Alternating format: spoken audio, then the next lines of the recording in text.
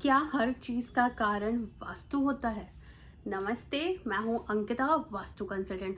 अभी तक आपने मेरे चैनल को अगर सब्सक्राइब नहीं किया है तो प्लीज सब्सक्राइब कर लीजिए ताकि और भी मेरी लेटेस्ट वीडियोस आप तक पहुंचते रहे।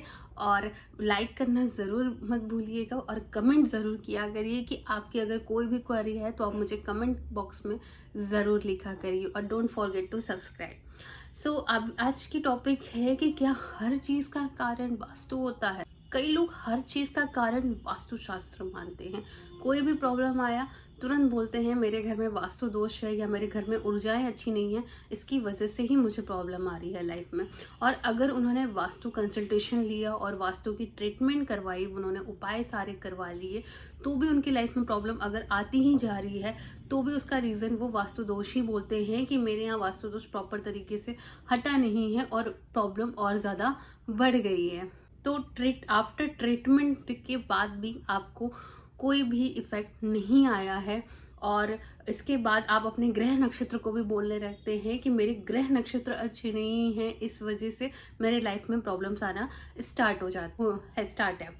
तो देखिए, हर चीज का कारण वास्तुशास्त्र नहीं होता है, आपके खुद के कर्म भी होते हैं।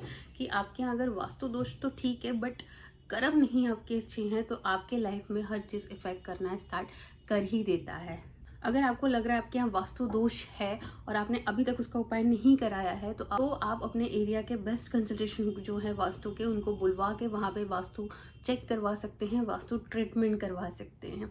अगर सब कुछ करवाने के बाद आफ्टर ट्रीटमेंट आपको रिजल्ट नहीं आ रहा है तो एक बार फिर से वास्तु विजिट कराइए, क्योंकि आपके यहाँ हो सकता है छोटे मोटे वास्तु दोष होते हैं। एक घर का मिरर से लेके बेडरूम से लेके बेसिन, किचन के गैस स्टोव, हर एक चीज का वास्तु होता है। इवन कलर्स का भी वास्तु होता है। अगर कलर्स एज पर वास्तु नहीं है और आपके यहाँ मिरर एज पर वास्तु नहीं है, बेडरूम नहीं है, थोड़े बहुत छोटे छोटे उपाय जो रहेंगे अगर उसका भी इफेक्ट आपके लाइफ में पड़ता जरूर है।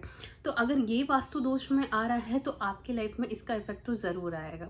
बट आपने ये सारी ट्रीटमेंट तो करवा लिया है, वास्तु एकदम सही है, फिर आप ऊर्जाएं चेक कराइए। ऊर्जाएं तो कहीं नेगेटिव तो नहीं है, ऊर्जा अगर पॉजिटिव हो गई तो उसके बाद प्रॉब्लम भी बढ़ रही है तो आप अपने ग्रह नक्षत्र देखिए। अगर ग्रह नक्षत्र भी बराबर हैं, ग्रह नक्षत्र भी कमजोर रहते हैं तो इफेक्ट आता है। बट आपने अगर उसका पूजा किया, आपने उसका उपाय किया तो वो भी आपके सही हो जाते हैं ग्रह नक्षत्र। बट अगर ये सब कुछ सही है आपका तो भी आपकी लाइफ में प्रॉब्लम आ रही है तो आपको अपने कर्म पे ध्यान देना चाहिए कि आप जो कर्म कर रहे हैं कहीं उसमें कोई प्रॉब्लम तो नहीं आ रही है। चलिए मैं आपको एक एग्जांपल देती हूँ कि आपने एक पर्सन देखा जिसके पास कुछ भी नहीं है और उसने भगवान के प्रति आस्था दिखाई, दर्शन करने गया और काफ़ी मन्नतें मांगी, भगवान के प्रति काफ़ी ज़्यादा न्यौछावर रहा और एक टाइम आया कि उनके पास सब कुछ हो गया, खुद का बिजनेस हो गया, खुद का मकान हो गया, सब कुछ उनके पास आ गया। लेकिन उनके कर्म में क्या हुआ कि उन्होंने कुछ भी करना छोड़ दिया, वो पूजा पाठ करना छोड़ दिए, वो दान पुण्य करना छोड़ दिए, उन्होंने जो उनके यहाँ काम करते हैं उनसे अपशब्द में बात करना, ये सारी चीज़ें आपके कर्म में आती है। तो जब भी आप आगे बढ़ते हैं तो अपना एक बैक ज़रूर याद रखना चाहिए कि मैंने एक टाइम पर स्ट्रगल किया है। एक टाइम अगर आप आगे बढ़ गए हैं तो वो जो एटीट्यूड आता है, ईगो आता है, वो सारी चीज़ें आपको नॉर्मल ही रखना चाहिए। बहुत ज़्यादा इगोइस्टिक पर्सन, बहुत ज़्यादा एटीट्यूड हो जाना, किसी से अच्छे से बात नहीं करना, दान पुण्य नहीं करना, यहाँ तक कि पूजा के लिए भी टाइम नहीं मिलता है। कहते हैं कि मेरे पास टाइम ही नहीं है पूजा करने के लिए। आपके पास 2 मिनट का भी समय नहीं रहता है पूजा करने के लिए, क्योंकि जिस भगवान के जरिए आपको सब कुछ मिला है और आप उन्हें ही भूल जाते हैं। तो ये सारी चीज़ें भी कर्म में ही आता है। आपने बहुत से लोगों को ये भी कहते हुए सुना होगा कि पहले मैं बहुत ज़्यादा था दर्शन करने के लिए भगवान के यहाँ, तो अब तो मेरे पास टाइम ही नहीं मिलता है कि मैं जाऊँ, या फिर बुलावा नहीं आता है। भगवान खुद से बुलावा नहीं करते हैं, आपको जाना होता है।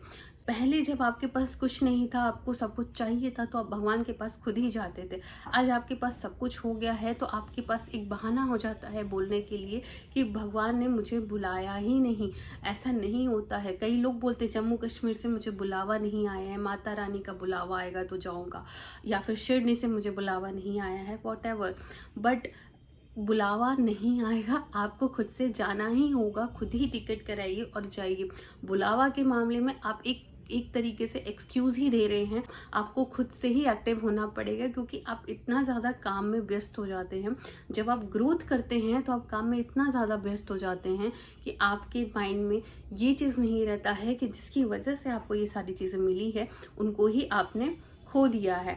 और साथ में आपको जो भी प्रॉफिट हो रहा है उसका 10% आपको दान पुण्य में ज़रूर ही निकालना चाहिए। दान पुण्य मीन्स आप किसी गरीब की मदद कर सकते हैं, आप मंदिर में चढ़ावा कर सकते हैं, या फिर आप कोई भी शुभ काम के लिए उसका कुछ प्रॉफिट हिस्सा अपने तरफ से ज़रूर दीजिए। इसके बाद दुकान पे भी होता है वास्तु दोष है या फिर कोई प्रॉब्लम इफेक्ट कर रही है, तो उसका क्या उपाय रहता है। देखिए, वास्तु दोष में अगर दुकान के बारे में किया जाए तो आप दुकान एक खोले हैं अपना, एक लक्ष्मी वहाँ पे सबसे पहले आएंगी। आपके घर में तो एक सेकंड रहता है, बट सबसे पहले जो लक्ष्मी आती हैं वो आपके शॉप पे आती हैं, या अगर आप जॉब करते हैं तो आपके कार्यस्थल पे आती है जहाँ आप बैठ के काम करते हैं।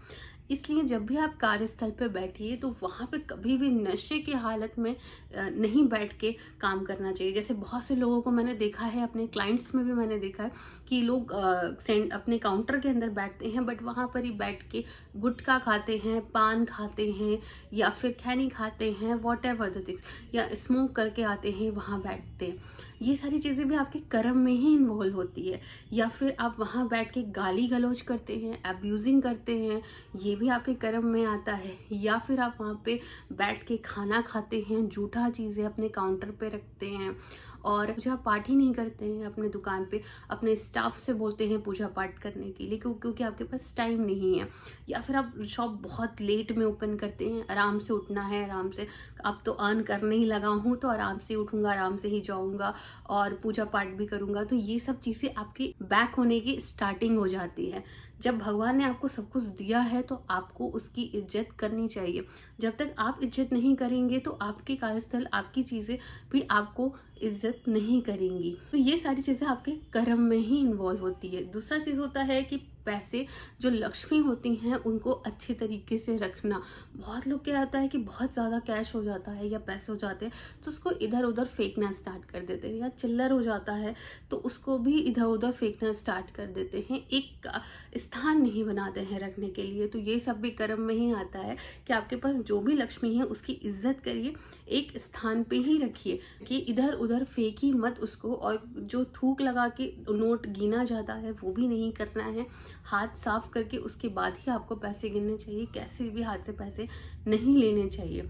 तो इसी तरीके से हर रीज़न आप वास्तु दोष को नहीं दे सकते हैं, ग्रह नक्षत्र को नहीं दे सकते हैं।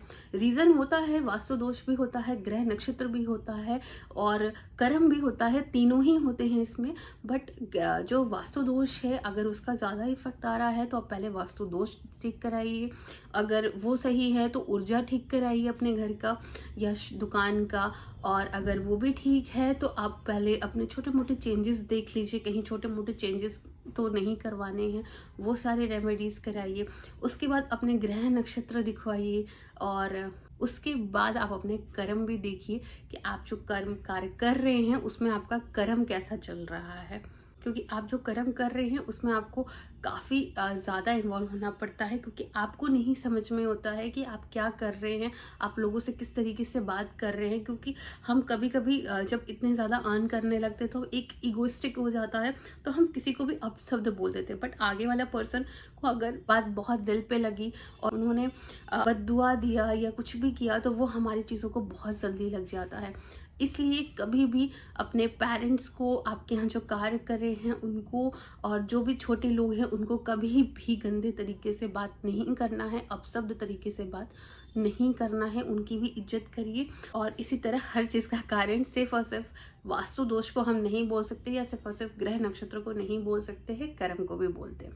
तो ये सारी चीज़ें इफेक्टिव करिए ताकि आपकी जो प्रॉब्लम है वो भी सॉल्व हो जाए और आपको भी एक अच्छा ग्रोथ मिले और कोई भी प्रॉब्लम आपके लाइफ में ना आए जल्दी। चैनल को सब्सक्राइब ज़रूर करिएगा। राधे राधे।